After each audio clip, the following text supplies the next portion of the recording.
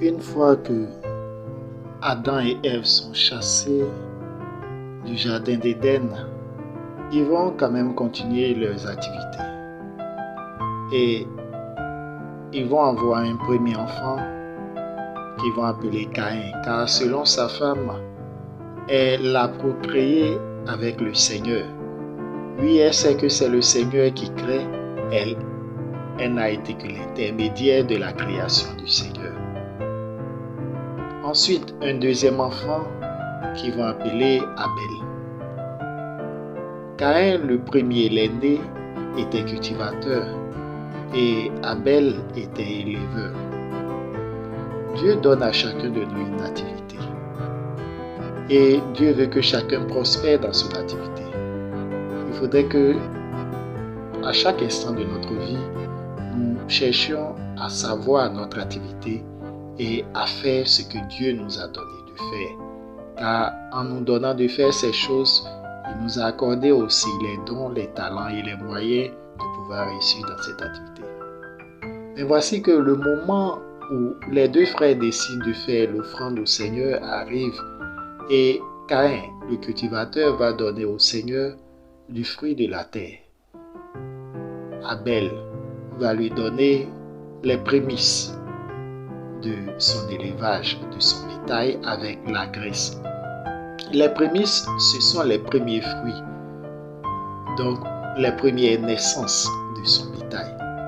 Le Seigneur va se tourner vers l'offrande d'Abel, c'est-à-dire vers les prémices, et il va se détourner des offrandes de Caïn, ce qui va hériter Caïn.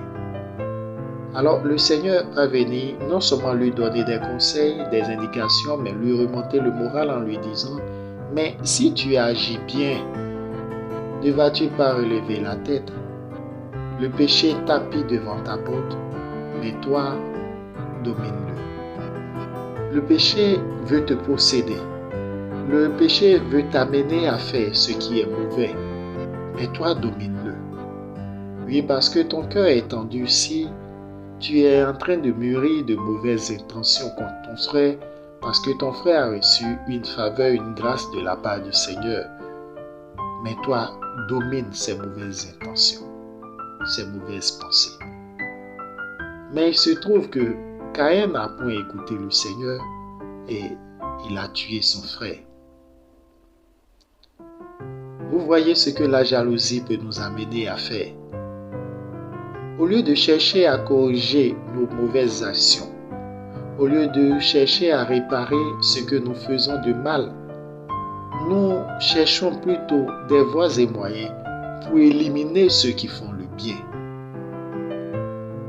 Oui, dans nos communautés, dans nos familles, nos maisons, dans nos villes, dans nos villages, c'est ce qui se passe généralement. Nous ne cherchons pas à imiter celui qui fait le bien. Nous cherchons plutôt à l'éliminer. Nous ne cherchons pas à corriger nos erreurs, à apprendre, à tirer des leçons et à nous améliorer. Mais nous cherchons plutôt à éliminer notre frère qui prospère dans le bien. Nous cherchons plutôt à tuer notre sœur parce qu'elle a reçu une grâce, une faveur de la part du Seigneur. Sachant que la jalousie est la mère de la sorcellerie. Et lorsque Caïn tue son frère Abel, le Seigneur qui sait toutes choses vient à Caïn et lui demande où est ton frère. Pourquoi c'est à Caïn il demande? Caïn est l'aîné et par rapport au droit d'aînesse, il est le responsable de son frère.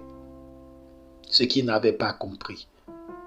Et donc le Seigneur lui pose la question pour l'amener à savoir que c'est lui qui est le responsable de son frère.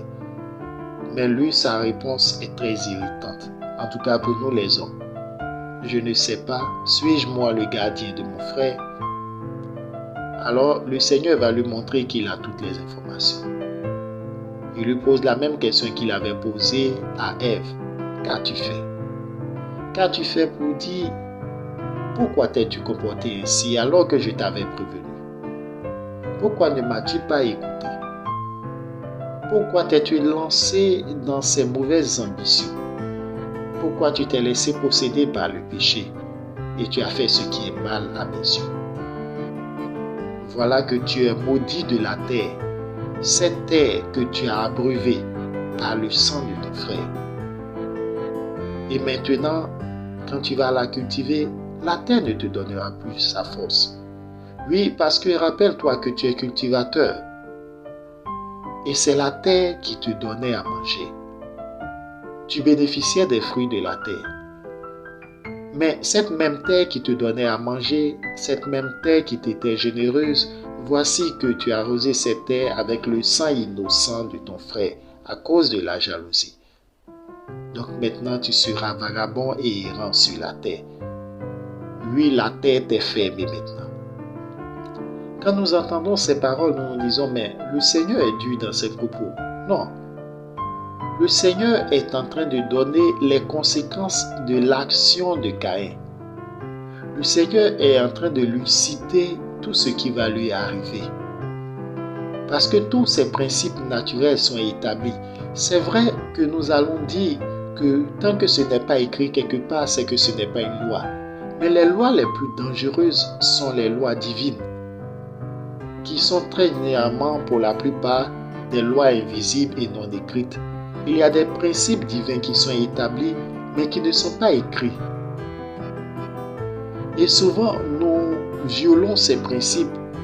Souvent, nous entravons le plan de Dieu dans notre vie à travers nos mauvais comportements, nos mauvaises actions, et nous sommes étonnés des répercussions. Caïn qui entend ces sanctions a peur et prend conscience du mal lourd qu'il a pu commettre. Alors il pleure aux pieds du Seigneur en disant, mais si tu me chasses de cette terre, quelqu'un me tuera, je serai vagabond. Et le Seigneur lui dit, non, on ne te tuera pas parce que celui qui va te tuer, tu seras vengé 7 fois. Et le Seigneur prendra soin de mettre une marque sur Caïn afin que personne ne le touche. Voyez-vous, même dans nos erreurs, le Seigneur nous protège parce qu'il nous aime. Cela ne veut pas dire que nous devons persister dans la bêtise. Cela ne veut pas dire que nous devons prospérer dans le malheur. Cela ne veut pas dire que nous devons fructifier nos mauvaises actions. Mais le Seigneur prend toutes ces dispositions d'abord parce qu'il est bon, ensuite pour nous manifester sa bonté et son amour, et enfin pour que nous comprenions que nous devons retourner à lui et cesser de faire ce qui est mal. Donc dès l'origine du temps, le Seigneur ne cesse de nous appeler au bien, à faire ce qui est bien, ce qui est juste, à l'amour du prochain, au respect de sa parole, à l'obéissance de ses lois. Mais nous, les humains, nous cherchons plutôt à faire ce qui vient de notre cœur, ce que nous désirons, et nous foulons aux pieds la volonté du Seigneur. Tel a été le cas de Ève, tel est le cas de Caïn. Ève qui a désobéi à son mari et a défié le Seigneur, amenant aussi son mari à désobéir au Seigneur, et cela leur a valu d'être chassés du jardin d'Éden. Caïn qui n'a point écouté les reproches du Seigneur, les recommandations du Seigneur, et il a mis fin au jour de son frère. Voici que lui aussi il est maudit de la terre. Parce que c'est un principe. Quand tu verses le sang de ton frère sur la terre te maudit.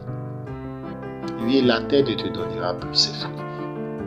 Souvent, nous posons des actes, des actions qui bloquent notre évolution, qui détruisent nos activités. Et nous nous demandons, mais pourquoi? Pourquoi tout ce que je fais échoue? Mais retourne au Seigneur, implore sa miséricorde afin qu'il te libère de cette malédiction. Parce que les malédictions nous empêchent de réussir. Quand c'est une malédiction prononcée par un homme, au moins tu as entendu. Mais quand c'est une malédiction prononcée par la terre, une malédiction prononcée par l'eau, une malédiction prononcée par le ciel, comment vas-tu savoir? Alors que la malédiction la plus lourde, c'est celle qui vient de ce qui te permet de survivre. c'est la terre qui permettait à Caïn de survivre alors que sa malédiction vient de la terre. Comment Caïn va-t-il survivre? Le Seigneur l'a donc chassé de cette terre. Caïn se retrouve loin de la face du Seigneur et il va habiter à l'orient d'Éden. Là-bas, il va fonder sa famille. C'est vrai qu'il a sa marque sur son front, personne ne le touchera. Caïn est en train de fonder sa famille, en train de bâtir sa ville, mais il se trouve que dans la descendance de Caïn, il y a un autre qui va se comporter comme Caïn, comme son ancêtre. On se pose aussi la question de savoir, mais au commencement, le Seigneur a créé deux êtres, Adam et Ève, deux humains. Ensuite, ce sont ces deux-là qui ont eu deux enfants, c'est-à-dire d'abord Caïn, ensuite Abel. Où est-ce que Caïn a pu avoir son épouse? Dans la suite de notre exploitation de la parole du Seigneur, on saura d'où vient l'épouse de Caïn. Mais après la mort d'Abel, il se trouve que Adam et Ève ne vont pas rester avec un seul enfant. Ils vont avoir un autre enfant qu'ils vont appeler Seth. Et ce Seth, à son tour, va avoir son enfant, Enoch. Et c'est à partir de là que notre Dieu sera invoqué sous le nom du Seigneur. Donc c'est sous l'époque d'Enoch. Ces différentes orientations, parce qu'en réalité ce ne sont pas de simples phrases, ce sont des orientations pour nous amener à savoir que Dieu a disposé chacun de nous pour profiter de ses grâces, de ses merveilles, ses bénédictions, de ses privilèges, et que nous ne devons jalouser personne. Bien au contraire, nous devons être tous des collaborateurs sur la terre. Toi, tu es cultivateur, moi je suis éleveur, l'autre est maçon, l'autre est menuisier, ainsi de suite. Et c'est ensemble, lorsque moi, le cultivateur, j'ai besoin de viande, je vais voir l'éleveur, qui à son tour a besoin d'une construction, il va aller voir le maçon, qui lui avait besoin d'un banc, il ira voir le menuisier. Voici comment le Seigneur veut qu'on vive dans la collaboration afin que l'amour règne au milieu de nous.